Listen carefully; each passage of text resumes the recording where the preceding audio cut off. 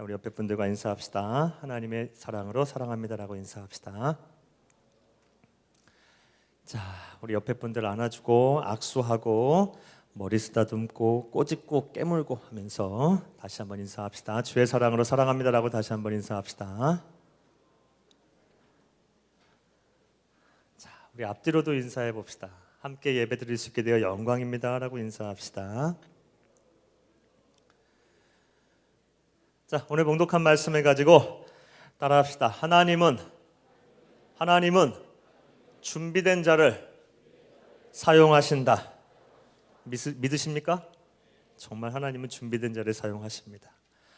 우리가 제목을 가지고 함께 은혜를 나눠보겠습니다. 우리가 2014년도 새해를 시작하면서 우리 세안청년대학부는 하나님의 결정적 순간을 위해서 평생을 준비한다라는 주제로 60일간의 리노베이션을 시작하고 있습니다. 우리의 리노베이션은 크게 개인의 리노베이션과 우리 공동체의 리노베이션으로 구분을 짓고 우리가 실천을 하고 있습니다. 또 개인의 리노베이션은 또 세 가지 영역으로 나눠서 또 우리가 준비를 하고 실천을 하고 있습니다. 먼저는 신앙의 리노베이션입니다. 그리고 생활의 리노베이션, 그리고 성품의 리노베이션입니다. 우리는 지난 시간 개인의 리노베이션 중에 신앙의 리노베이션에 대해서 생각을 해보았습니다. 신앙의 리노베이션 뭐 하자는 겁니까? 신앙의 기본기를 점검하고 회복하자라는 겁니다. 신앙의 기본기를 점검하고 회복하게 되면 하나님께서 우리가 이 시대를 살아가는 데 있어서 영적인 통찰력을 주실 것입니다. 해안해 주십니다. 이 기본기가 탄탄한 사람에게 하나님께서는 이것이 하나님의 결정적 순간을 구분할 수 있는 그런 영안을 열어주십니다. 앞서 우리 소울 찬양대 찬양의 가사에 참 은혜를 많이 받았어요. 성령님께서 그렇게 눈을 열으셔서 신앙의 기본기가 탄탄한 사람에게 정말 이것이 하나님께서 나에게 주신 결정적인 순간인지 아니면은 사탄이 나를 시험하고 유혹하기 위해서 나에게 파놓은 함정인지를 분명하게 구별케 하실 거예요. 자, 그렇다면 신앙의 기본기는 또 무엇이었습니까? 구원에 대한 분명한 확신입니다. 나는 지금 내가 이 세상을 떠난다 할지라도 영광스러운 예수 그리스도의 품에 안겨서 안식할 수 있다라는 확신입니다. 나는 죄인이지만 나를 위해서 예수 그리스도께서 이 땅에 오셔서 십자가의 물과표를 다 쏟으심으로 나의 모든 죄에 대한 형벌을 갚으셨다. 따라서 나는 죄인이지만 하나님은 예수 그리스도를 보고 나를 의롭다 여기신다라는 분명한 확신입니다. 나는 예수님 아니고서는 내 귀한 생명, 내 귀한 영혼을 누구에게도, 어떠한 존재에게도, 어떠한 사상과 철학과 어떠한 종교에도, 어떠한 사람에게도 의지하지 아니하련다. 나는 주님만이 나의 구원이다. Only Jesus, 오직 주님, 오직 예수. 이런 분명한 확신이 바로 신앙의 기본이자 기본입니다. 이런 기본이 여러분 가운데 분명히 있게 되기를, 또 분명히 회복되어지기를 간절히 주의 이름으로 축복합니다. 또 신앙의 기본이 무엇이었습니까? 우리가 점검하고 확인해야 될, 하나님이 나를 통하여 계획을 갖고 계신다. 그리고 그 계획대로 하나님께서 나를 이끌어 가신다. 그리고 하나님의 계획과 나를 향한 이끄심은 항상 그 끝이 선하다. 무엇입니까? 하나님의 섭리입니다. 하나님의 섭리를 믿는 신앙. 당장 내 눈앞에는 이루어진 거 없어요. 오히려 더 상황이 안 좋아져요. 그런다 할지라도 하나님은 나를 포기하지 아니하신다. 하나님은 나와 함께 하신다. 언젠가 하나님께서는 나를 향해서 결정적인 순간을 준비하고 계신다라는 인내의 신앙, 섭리의 신앙이 바로를 갖는 것이 바로 우리 그리스도인의 신앙의 기본입니다. 이것을 내가 가지고 있느냐 없느냐를 확인해야 돼요. 나아가서 신앙의 세 번째 기본은 주와 동행하는 삶입니다. 어떻게 주와 동행합니까?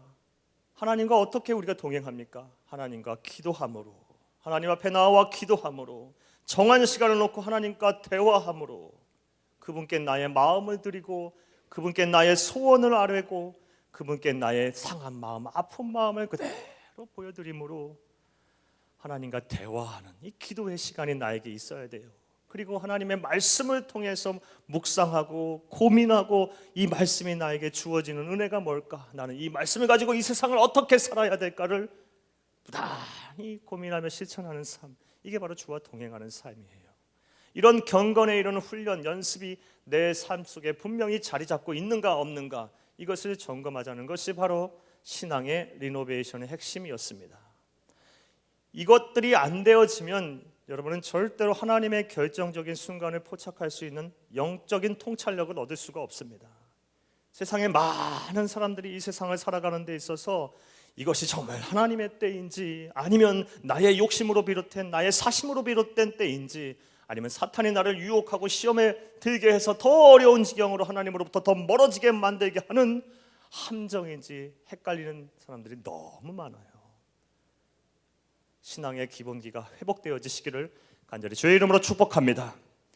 신앙의 리노베이션을 시작하면서 특별히 우리는 지난 시간에 다니엘을 통해서 신앙의 리노베이션을 위한 교훈을 더 얻었습니다. 다니엘은 그 누구보다도 신앙의 기본기가 탄탄했던 사람입니다.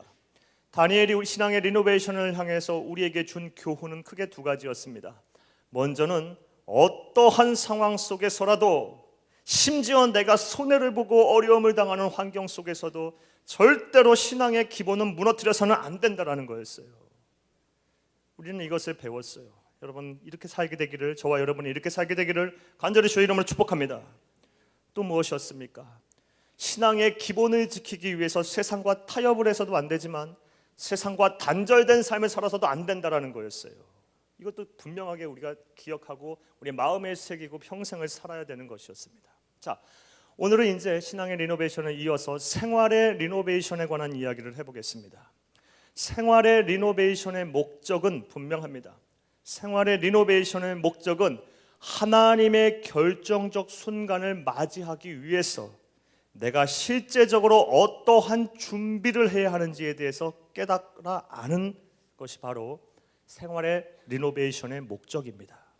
신앙의 리노베이션이 하나님의 결정적인 순간인지 아닌지를 구별할 수 있는 영적인 통찰력을 얻는 것이 목적이었다면, 생활의 리노베이션은 하나님의 결정적 순간을 맞이하기 위해서 내가 무엇을 준비해야 하는가를 분명히 아는 것이 우리의 목적이에요. 여러분, 하나님은 준비된 자를 쓰신다. 이것은 정말 진리인 것 같아요. 성경에 수많은 하나님이 사용하셨던 믿음의 선배들, 위인들, 그리고 기독교 2000년 역사를 통해서 하나님의 손에 붙들린 수많은 영적 거장들은 다 준비된 사람들이었어요. 따라서 우리는 이 하나님의 결정적 순간에 맞기 위해서 내가 무엇을 준비해야 하는가에 대해서 진지한 고민을 하고 살아야 돼요. 여러분은 어떤 고민을 하고 살고 계십니까? 하나님의 결정적 순간 다 저와 여러분에게 하나님께서는 섭리하실 테니까 분명히 준비하고 계획하고 계시는데, 여러분은 그것을 위해서 무슨 준비를 하고 계십니까? 사람마다 다 틀려요. 일단 다 틀려요. 왜요? 사람마다 다 하나님께서 창조하신 바가 달라요. 소명하신 바가 달라요. 사명이 달라요. 은사가 달라요. 그러나 공통적인 사항도 있어요. 오늘 그것을 찾자라는 거예요.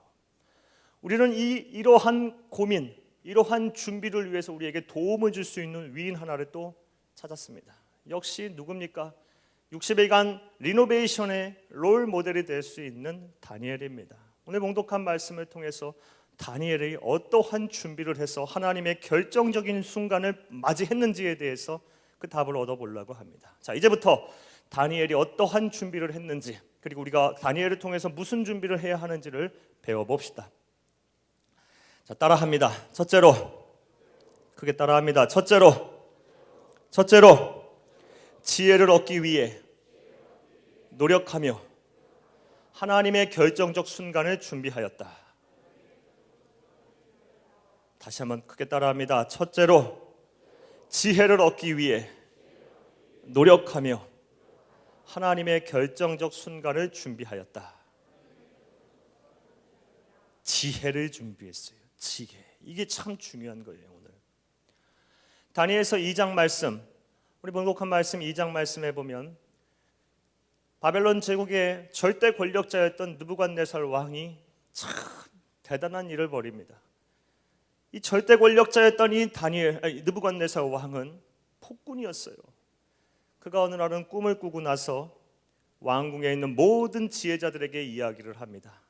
꿈의 내용도 알려주지 않은 채 해석을 하랍니다.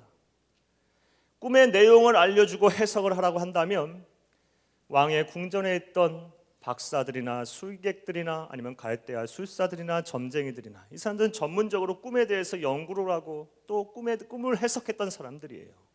내용을 알려주면 해석은 할 수 있었을 거예요. 그런데 이 느부갓네살 왕이 느닷없이 꿈을 꾸고 나서 내용도 알려주지 않은 채 그 꿈을 해석하랍니다. 그리고 만약에 이 꿈을 해석하지 못했을 경우에는 바벨론 제국에 있는 모든 지혜자들을 다 찢어 죽이겠다라는 명령을 내려버립니다. 이게 얼마나 어처구니가 없습니까? 그래서 이제 11절 말씀에 보면 갈대아 술객들이 이런 얘기를 합니다. 사람의 힘으로는 도저히 불가능합니다. 이거는 하나님만이 하실 수 있는 영역입니다. 신의 영역입니다라고 이야기합니다. 그 말이 느부갓네살 왕을 더 화가 나게 했어요. 그래서 근위대장 아리옥을 통해서 시켜서 왕궁에 있는 지혜자들부터 다 죽이고 그리고 바벨론에 있는 모든 지혜자들을 다 처형해라라는 명령을 내립니다. 마치요 우리 세계사에 보면 1975년부터 79년도에 캄보디아에 킬링피드라는 게 있었어요. 크메르 루즈 반군이 캄보디아를 점령하고 나서 공산주의자들입니다. 그들 중에 공산 독재자였던 폴포트가 평민만 200만 명을 학살했어요. 특별히 조금 공부했다고 했던 사람들, 대학 교육을 받은 사람들, 의사들, 변호사들, 교사들, 선생님들, 목사님들 다 죽였어요. 죽이다가 나중에는 못 죽이니까 알 수가 없으니까 이 사람이 지혜가 있는 사람인지 공부를 한 사람인지 알 수가 없으니까 안경만 낀 사람 다 죽였어요. 그러다가도 또 이제 죽일 수가 없으니까 구별이 안 되니까 손을 펴보라고 해서 손이 깨끗하고 하얀 손, 고운 손을 갖고 있는 사람들은 다 죽였어요. 200만 명을 죽였어요. 어처구니가 없는 일을 벌였어요. 마치 이 느부갓네살 왕이 이미 3000년 전에 이런 일을 벌이고 있는 거예요. 그런데 문제는 뭡니까? 이러한 세상의 풍파, 죽을 위기에 누가 놓였다는 거예요. 궁전에 있는 비록 일개 수련생에 불과하지만 미래의 동량으로 길러지고 있는 일개 수련생에 불과하지만 다니엘과 그의 세 친구도 졸지에 죽게 생겼다라는 거예요. 사랑하는 여러분, 우리가 세상을 살다 보면 내 잘못과는 전혀 상관없이 환경에 휘둘려 갖고요 어려움을 당할 때가 정말 많아요. 내가 잘못하고 내가 실수해서 어려움을 당하면 이해는 돼요. 그래, 내가 잘못한 거야. 앞으로 더 잘하면 되지. 그런데 내 뜻과 내 의지와 나는 잘못한 거 없는데 세상이 잘못돼 갖고요 나를 둘러싸고 있는 환경이 잘못돼 갖고요 내가 어려움을 당할 때가 굉장히 많아요. 이럴 때 우리가 어떻게 처신을 해야 하나? 어떻게 이해하나? 원치 않는 고통이 나에게 찾아왔을 때 어떻게 내가 이걸 대처해야 하고 생각을 해야 하는 것이 바로 신앙인의 모습일까요? 다니엘과 그의 세 친구, 특별히 다니엘은 한 상황 속에서 하나님의 결정적인 순간을 준비했다라는 거예요. 이게 오늘 우리가 특별히 배워야 될 점입니다. 14절부터 16절 말씀에 보면 그가 드디어 이제 하나님의 결정적 순간을 위해서 지혜를 준비했다라는 단서를 우리가 포착하게 됩니다. 14절에서 16절 말씀 한번 같이 읽어봅시다. 시작. 그때에 왕의 근위대장 아리옥이 바벨론 지혜자들을 죽이러 나가매 다니엘이 명철하고 슬기로운 말로 왕의 근위대장 아리옥에게 물어 이르되 왕의 명령이 어찌 그리 급하냐 하니 아리옥이 그 일을 다니엘에게 알림해 다니엘이 들어가서 왕께 구하기를 시간을 주시면 왕에게 그 해석을 알려드리리이다 하니라. 아멘. 다니엘이 왕의 명령을 집행하기 위해서 황급하게 궁전을 나서는 근위대장 아리옥에게 가서 자초지종을 묻습니다. 그리고 나서 그가 자기에게 시간을 주기만 하면 왕의 명령, 왕의 꿈을 해석하겠다라고 자원을 합니다. 자, 그런데 신기하지 않습니까? 근위대장 아리옥이 다니엘의 말을 듣습니다. 다니엘의 말을 근위대장이 들을 이유가 없습니다. 다니엘은 앞서 말씀드린 대로 일개 수련생에 불과해요. 아직 관리가 아니에요. 이제 행정관료로서 교육을 받고 있는 교육생에 불과해요. 그리고 근위대장이라고 한다면 왕의 최측근입니다. 고위직 중에 고위직이에요. 그런데 지금 이 다니엘의 말을 느부갓네살 왕의 근위대장인 아리옥이 듣고 있어요. 어떻게 이러한 일이 일어났을까요? 여러분 이거 잘 생각을 해봐야 돼요. 그 단서를 우리는 14절에서 찾을 수 있어요. 줄 좀 쳐봅시다. 명철하고 슬기로운 말. 일단 줄 좀 치세요. 명철하고 슬기로운 말. 여기 봅시다. 다니엘은요, 근위대장 아리옥에게 명철하고 슬기로운 말로 그 단시간 내에 자기가 왕의 꿈을 해석할 수 있다고 설득을 했어요. 성경에는 다니엘이 무슨 말로 설득을 했는지 나와 있지는 않아요. 그러나 분명한 것은 그가 단시간 내에 자기보다 세상 경험도 많고 나이도 많고 고위직 중에 고위직이고 왕궁에서 벌어지고 있는 모든 일어나고 있는 정치적인 셈에도 밝은 아리옥을 설득시켰어요. 그만큼 지혜로웠다는 것은 우리가 부인할 수 없는 사실입니다. 우리가 그런데 1장 말씀에 보면 이런 일이 똑같이 일어났어요.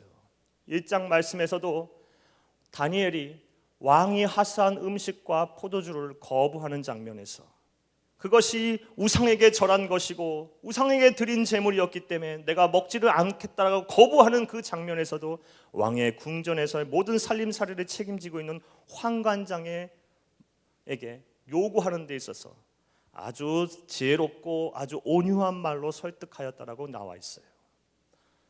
다니엘은 기가 막히게 지혜로웠던 사람이었음에 분명합니다. 자, 그럼 또 생각해 봐요. 다니엘의 지혜가 어디서 왔을까요? 그의 천재성에 기인할까요? 그는 인류가 낳은 정말 기가 막힌 천재입니까? 하나뿐인 존재입니까? 저는 절대 그렇게 생각하지 않습니다. 그는 지혜를 얻기 위해서 철저하게 피눈물 나게 각고의 노력을 했음에 분명합니다. 그가 어떻게 지혜를 얻었을까요? 우선요, 그의 인생의 고난의 경험이 그를 지혜롭게 했을 거예요. 그는 우리가 잘 알다시피 조국이 멸망하는 상황에서 왕족으로 태어났어요. 그리고 포로로 끌려갔습니다. 무려 15살에 15살에 가족과 생이별하게 됐어요. 왕족으로 태어났다고 한다면 그의 부모들은 다 죽었을 거예요. 그리고 그는 얼마나 포로로 끌려온 상황에서 민족적인 차별을 받았겠습니까? 왕의 궁전에서 있었을 텐데요. 그리고 정체성에 얼마나 혼란이 왔겠어요. 미래에 대한 불확실과 두려움이 그를 얼마나 엄습했겠습니까? 하루하루가 얼마나 불안하고 우울했겠습니까? 맞지 아니하는 옷을 입고 맞지 아니하는 풍습과 맞지 아니하는 의식을 행하는 상황 속에서 그가 얼마나 고뇌하고 고통 가운데 있었을까요? 그러나 다니엘은 그런 고통과 고난의 인생의 경험을 통해서 지혜를 배웠음에 분명합니다. 우리 옛말에요, 젊어서 고생은 사서도 한다 그래요. 여러분, 이거를 신앙의 눈으로 해석을 하면 이렇게 해석이 되어져요. 여러분이 겪고 있는 인생의 모든 고통과 고난의 경험들은 아무 가치가 없는 것이 아니에요. 그것은 다 하나님께서 여러분에게 주신 거예요. 여러분은 이런 인생의 고난과 고통을 통해서 하나님이 배우게 하실 지혜를 얻어야 돼요. 우리는 그것을 갈급해하며 찾아야 되고, 오늘 2014년 이 시점이 되면 어려움이 빠진 사람들이 많이 있을 거라고 봐요. 일단은 우리 청년들 가운데 진학이 잘 안 되는 청년이 있겠죠. 재수를 해야 되나 삼수를 해야 하나, 이런 청년들 분명히 있을 것입니다. 또 한 해가 바뀌었는데 여전히 취업이 안 되는 청년 또한 있습니다. 내가 어떻게 해야 하지? 내가 이러다가 어려움을 당하는 거 아닌가? 남들 다 가는 길 왜 나는 못 가고 있을까? 또 시험의 결과들이 막 발표되는 시점입니다. 1차 합격하고 2차 합격하고 남들은 다 그렇게 하는데 왜 나는 그렇게 되지 못하지? 나는 언제까지 이래야 하지? 또 결혼 정년기를 앞두고 있는 청년들 많습니다. 남들 다 가는 결혼, 남들 다 하는 연애, 나는 왜 그렇게 안 될까? 내가 뭐가 부족하고 어려울까? 또 신앙에 대한 근본적인 회의와 영적 침체를 겪고 있는 사람 또한 있을 것입니다. 가정의 불화와 환경을 탓하는 분들도 있을 것이고요. 또 슬슬 좀 있으면 대학 등록금 때문에 걱정해야 될 청년들 많이 생길 겁니다.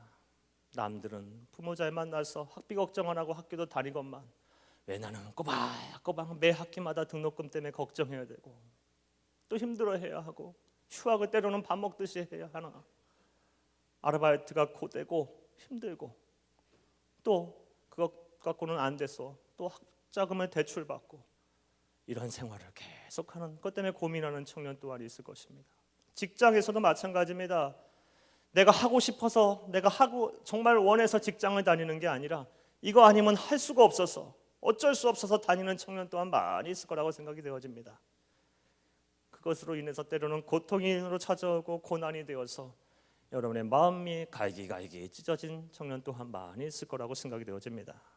그러나 분명한 사실은 여러분의 그러한 상황과 그러한 일들이 그리고 여러분에게 이미 겪고 있는 모든 어려움들이 하나님께서 여러분을 더욱더 연단하시고 단련시키셔서 점금같이 만드시기 위해서 주신 기회라는 사실을 잊지 마시기를 간절히 주의 이름으로 축복합니다.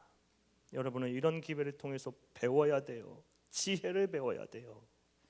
다니엘은 민족의 멸망과 가족의 죽음과 정체성의 혼란과 민족적인 차별과 미래에 대한 극도의 불안감과 두려움과 외로움 속에서 하나님이 주시는 지혜를 배웠어요.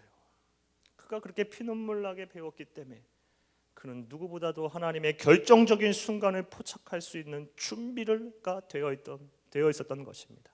사랑하는 여러분, 인생의 고난의 경험은 우리를 지혜롭게 합니다. 또 그가 어떻게 지혜를 배울 수 있었을까요? 준비할 수 있었을까요? 무엇보다 그는 배움에 있어서 열심을 다했던 모양이에요. 오늘 읽지는 않았지만 다니엘서 1장 17절 말씀에 보면 하나님께서 다니엘과 그의 세 친구에게 학문을 주시고 모든 서적을 통달하게 하셨으며 지혜를 주셨다. 그리고 특별히 다니엘에게는 모든 꿈을 해석할 수 있게 하셨다라는 말씀이 나옵니다. 하나님이 주셨다라고 나와요. 이 말씀을 우리가 어떻게 이해해야만 되면 될까요? 신앙생활 잘했기 때문에 하나님 마음에 들었기 때문에 하나님이 주신 겁니까? 그렇게만 이해하면 50점짜리 답이에요. 우리 그리스도인이 분명히 기억해야 될 사실이 있어요. 아니, 많이 착각하는 사실이 있어요. 그것이 무엇이냐? 우리가 하나님 마음에 합하게 신앙생활을 잘하게 되면 하나님께서 나의 모든 삶을 책임지신다라고만 생각해요. 맞아요. 하지만 반만 맞는 거예요. 하나님의 도우심과 하나님의 함께 하심은 단순히 내가 신앙생활만 열심히 한다고, 기도만 열심히 한다고, 예배 잘 드리고 말씀에만 묵상을 열심히만 한다고, 전도 열심히만 한다고 되어지는 것이 아니에요. 하나님은 그렇게 일하시지 않아요. 하나님은 공의의 하나님이세요. 하나님은 공의의 하나님이시라는 것은 하나님은 땀 흘린 자의 땀을 통해서 결실을 거두게 하신다는 거예요. 이 하나님의 공의를 심판의 잣대에만 들이대면 안 돼요. 여러분의 삶의 현장에서 부단히 지혜를 얻기 위해서 공부해야 돼요. 무슨 공부가 됐든 열심히 공부해야 돼요. 그리고 하나님의 은혜를 사모하고 갈급해야 돼요. 도우심을 간구해야 돼요. 그러면 하나님께서 내 땀과 내 시간과 내 정성과 내 노력을 더하셔서 플러스 알파가 되는 하나님의 기가 막힌 세상이 알지 못하는 순간을 준비하시는 거예요.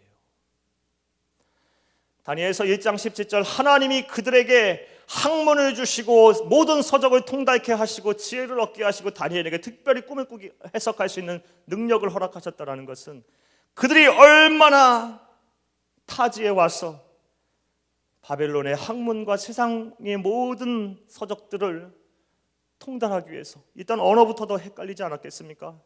그 언어부터 시작해서 한두 가지가 아니었을 거예요. 그걸 위해서 얼마나 부단히 노력했는가를 알 수 있어요.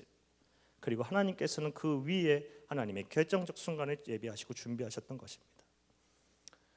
이제부터 여러분이 배움에 더욱더 정진하시기를 간절히 주의 이름으로 축복합니다. 직장인이든 학생이든 여러분 공부하셔야 돼요.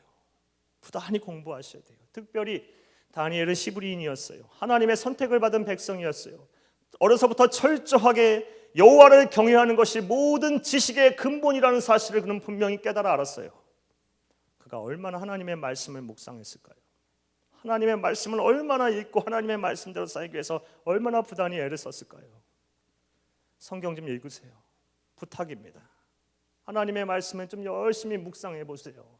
하루 한 절만이라도 좀 외워보세요. 그리고 그 말씀대로 살기 위해서 애를 써보세요.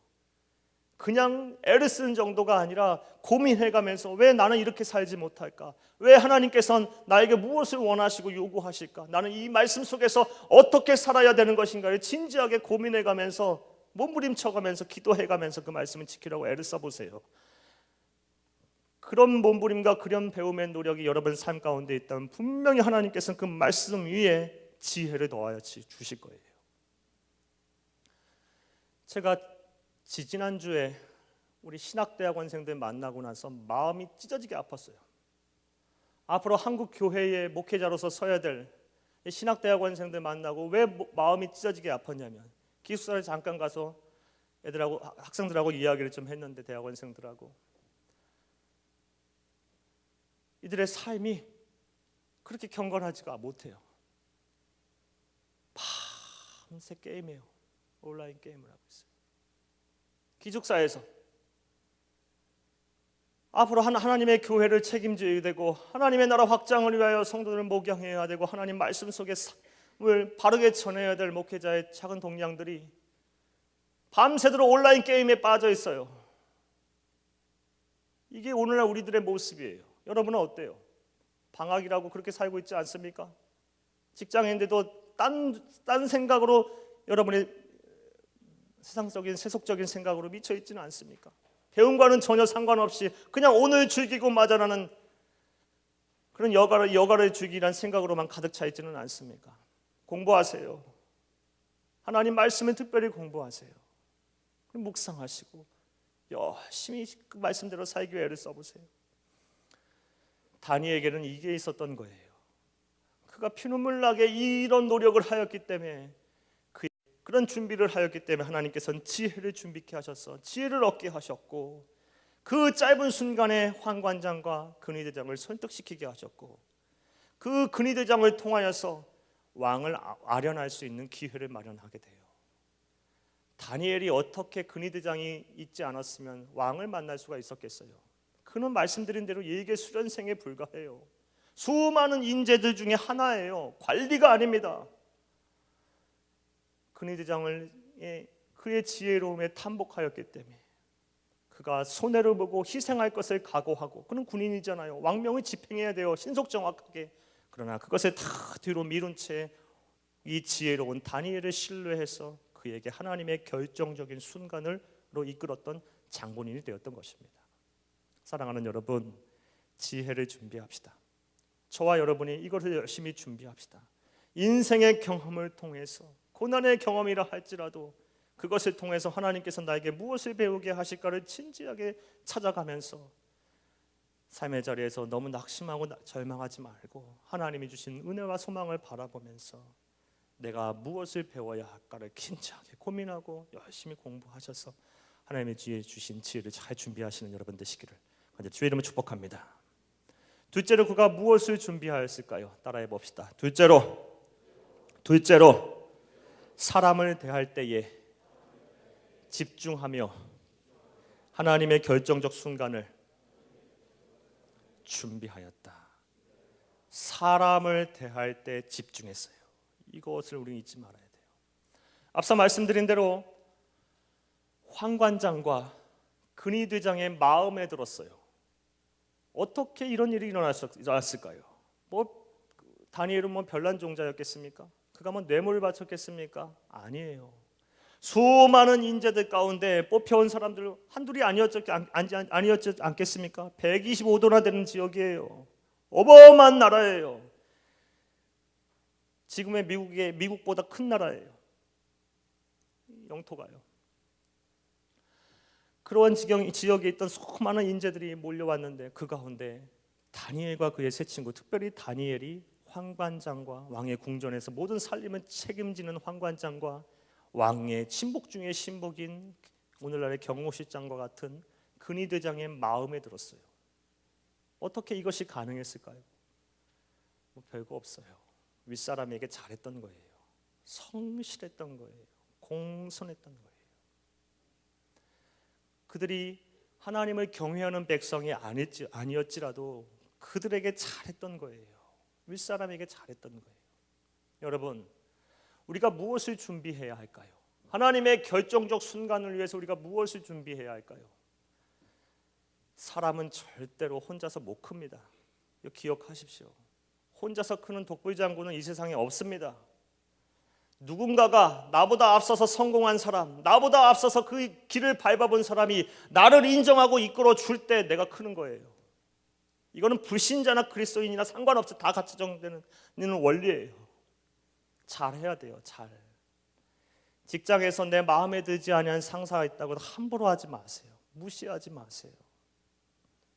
학교에서도 마찬가지입니다. 가정에서도 마찬가지고요. 사회생활하면서도 마치고 신앙생활하는 곳에도 마찬가지예요. 윗사람들한테 잘해야 돼요.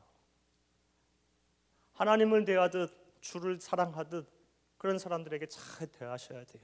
자, 그렇다고 해서 신앙의 양심까지 저버리면서 줄대기 하라는 거 아니에요. 줄서기 하라는 거 아니에요. 그것은 하나님이 미워하세요. 그건 죄입니다. 내 신앙의 양심을 팔아면서까지 줄서기 하라는 거 아니에요. 무슨 말인지 아시잖아요. 윗사람에게 집중하셔서 공손하게 대하시기를 바라요. 가끔 우리 청년들 가운데 저한테 이야기를 하면서 상사 욕을 하고요. 그 다음에 교수님들 불만을 얘기하는 청년들이 있어요. 마음에 하나도 안 들어요. 그것은 하나님이 주신 마음이 아니에요. 그런다 할지라도 나에게 마음에 들지 않나 할지라도 내가 바꿔가면서 그를 인정할 건 인정해야 돼요. 공손하게 대하시기를 바라요. 예의 바르게 대하시기를 바라요. 그것을 준비했어요. 다니엘은 그것을 준비했기 때문에 황관장 또 근위대장이 하나님의 결정적 순간으로 그를 이끌어갔던 거예요. 또 어떤 사람에게 집중했습니까? 17절 말씀에 보면요, 믿음의 친구들이 나와요. 포로로 끌려오는 그 순간부터 함께했던 3명의 친구들, 바벨론식의 이름으로는 사드락, 메삭, 아벳느고, 이 3명의 친구들이 나와요. 이 믿음의 친구들, 이 3명의 친구들과 더불어서 다니엘은 왕의 꿈을 해석하기 위해서 기도했어요. 여러분, 기도만 했겠습니까? 아니죠. 기도하고 나서 하나님께서 다니엘에게 환상을 주십니다. 그리고 그 환상이 무슨 것을 의미하는지에 대해서 앞으로 바벨론 이후부터 시작해서 하나님 예수님께서 재림하시는 그 시간까지의 인류의 역사에 대한 꿈에 대한 바벨론 왕이 꾼 꿈은 바벨론부터 시작해서 예수님의 재림하시는 그 수간까지 인류 역사에 대한 이야기였어요. 그 꿈을 해석할 수 있도록 다니엘에게 하나님께서 지혜를 주세요.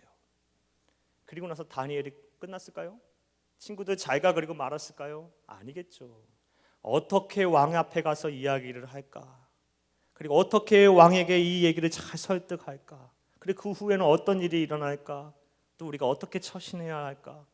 진지하게 의논하고 대화하고 마음을 열고 서로 중보하고 기도하고 이렇게 했겠죠. 여러분 잊지 마세요. 지금 여러분 옆에 앉아있는 믿음의 형제 자매들한테 잘하세요. 그게 하나님께서 우리로 하여금 교회를 세우시고 한몸 공동체를 이루어서 신앙생활하게 하신 이유예요. 이유. 하나님께서는 절대 혼자서 신앙생활하라고 하지 않았어요. 그럼 처음부터 교회를 세우시지 않았겠죠. 하나님께서 교회를 세우시고 교회를 통해서 신앙생활하게 하시고 신앙생활하고 교회를 통해서 하나님의 나라를 확장하게 하신 이유는 간단해요. 혼자서는 안 된다라는 거예요. 못 산다라는 거예요. 불가능하다라는 겁니다. 그렇다면 하나님의 원리대로 살아야 되겠죠. 지금부터 믿음의 형제자매들 마음을 열고 서로의 아픔을 이야기하고 서로의 기도 제목을 나눠가며 중보기도하는 것부터 시작을 하세요.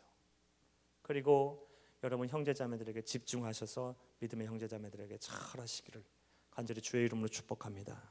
그게 하나님의 결정적 순간을 맞이하는 준비예요.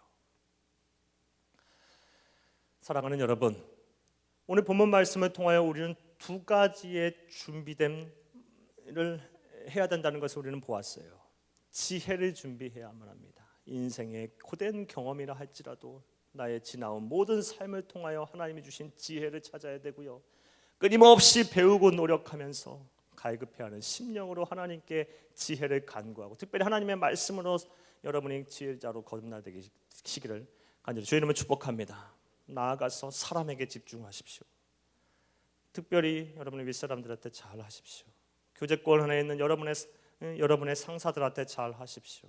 여러분보다 먼저 인생을 경험하고 살아가고 있는 사람들한테 잘 하시기를 바랍니다. 그 사람들이 불신자이건 성도이건 간에 상관없습니다. 하나님의 사람들에게 우연이라는 없어요. 다 하나님의 섭리와 하나님의 계획하심에 따라 그 사람들 만나게 하시고 그곳에 있게 하실 거예요. 그럼 그곳에서 하나님의 뜻과 섭리를 발견해 나가야죠. 그리고 믿음의 형제 자매들과 함께 하십시오. 이러한 준비를 하게 되면 하나님의 결정적 순간을 분명하게 맞이하게 되어 있습니다. 다니엘과 그의 세 친구, 특별히 다니엘은 하나님의 결정적 순간을 맞이했습니다. 왕 앞에 섰습니다. 그리고 그 꿈을 기가 막히게 해석해냈습니다. 그러자 왕이 다니엘을 어떻게 높였습니까? 46절부터 49절 말씀 읽어봅시다. 시작. 이에 느부갓네살 왕이 엎드려 다니엘에게 절하고 명하여 예물과 향품을 그에게 주게 하니라. 왕이 대답하여 다니엘에게 이르되 너희 하나님은 참으로 모든 신들의 신이시오 모든 왕의 주제시로다. 네가 능히 이 은밀한 것을 나타내었으니 네 하나님은 또 은밀한 것을 나타내시는 이시로다. 왕이 이에 다니엘을 높여 귀한 선물을 많이 주며 그를 세워 바벨론 온 지방을 다스리게 하며 또 바벨론 모든 지혜자의 어른을 삼았으며 왕이 또 다니엘의 요구대로 사드락과 메삭과 아벳느고를 세워 바벨론 지방의 일을 다스리게 하였고 다니엘은 왕궁에 있었더라. 아멘. 이 꿈을 해석할 즈음에 나이가 어느 정도 됐을까요? 20대야 20대. 20대 청년이 일약 2인자가 됐어요. 그리고 그의 세 친구는 다 도백들이 됐어요. 지방의 총책임자들이 됐어요. 그리고 지혜자 중에 지혜롭게 하셨어요. 이거는 인생의 성공을 의미해요. 그런데 단순히 우리는 하나님의 결정적 순간을 제대로 준비해서 맞은 사람의 결과를 인생의 성공만으로서 찾아서는 안 돼요. 그것보다 또 다른 영광이 있었어요. 느부갓네살 왕은 철저하게 불신자입니다. 철저한 우상 숭배자입니다. 그냥 그의 입을 통해서 무엇이 고백되어집니까? 47절 다시 한번 읽어봐요. 시작. 왕이 대답하여 다니엘에게 이르되 너희 하나님은 참으로 모든 신들의 신이시오 모든 왕의 주제시로다. 네가 능히 이 은밀한 것을 나타내었으니 네 하나님은 또 은밀한 것을 나타내시는 이시로다. 아멘. 하나님을 찬양하고 있어요. 불신자가, 우상 숭배자가, 폭군이. 이게 기가 막힌 은혜예요. 우리가 잘 준비가 돼서 지혜를 준비하고 사람에게 집중해서 정말 하나님이 주신 은사대로 내가 잘 준비를 해서 하나님의 결정적 순간에 포착해서 그 결정적 순간에 들어가게 되면 인생의 성공뿐만 아니라 나를 통해서 하나님이 영광을 받으신다는 거예요. 이게 기가 막힌 은혜예요. 하나님은 우리에게 그것을 원하시는 거예요. 야, 제 예수 믿어서 저렇게 축복을 받았대. 야, 제 예수 제대로 믿고 환난을 견뎌내며 그렇게 부단히 몸을 쓰고 애를 쓰더니 정직하게 살려고 애를 쓰더니 야, 제가 저렇게 변화되고 쟤를 통해 저런 사람들에게 이런 일들이 있었대. 아, 나도 쟤처럼 예수 믿어야 되겠다. 쟤라면 내가 믿을만 하겠다. 이런 소리 들어야 되지 않겠습니까? 삶으로 전도한다라는 것, 삶으로 하나님의 영광을 드러낸다라는 것은 참 어려운 일이에요. 우리가 어떻게 천사같이 살아서 그렇게 영광을 드러냅니까? 그러나 불가능한 일도 아니에요. 그리고 우리가 해야 할 일이에요. 삶의 리노베이션을 통해서 이러한 일이 우리에게 일어날 겁니다. 여러분 모두에게 이러한 일이 일어나기를 간절히 원합니다. 하지만 여러분 모두가 일어날 거라고 생각되어지는 않아요. 지금도 이 시간에 여러분 가운데는 많은 사람들이 나와는 상관없는 말씀이다라고 생각하는 사람도 분명히 있을 거예요. 그리고 한 귀로 듣고 한 귀로 흘러버릴 사람도 있을 것입니다. 또 지금은 감동을 받고 지금은 고개를 숙이지만 삶의 현장에 돌아가서는 새카맣게 잊어버리고 사는 사람 또한 있을 것입니다. 그러나 성령 하나님께서 이 시간 분명히 여러분에게 말씀하고 계십니다. 도전해 주고 계십니다. 여러분의 귓가에 여러분의 마음의 음성을 들려주시면서 분명히 도전하실 거라고 생각이 되어져요. 사랑하는 아들아, 사랑하는 딸아, 네가 정말 나의 결정적 순간에 맞이하기를 원하느냐? 그리하면 준비하거라. 준비하거라. 그 음성에 몸을 붙들어 받고 말씀에 순종하여서 진정 다니엘과 같이 그의 세 친구와 같이 하나님의 결정적인 순간에 맞이할 수 있는 여러분 되시기를 간절히 주의 이름으로 축복합니다. 다 같이 기도합시다.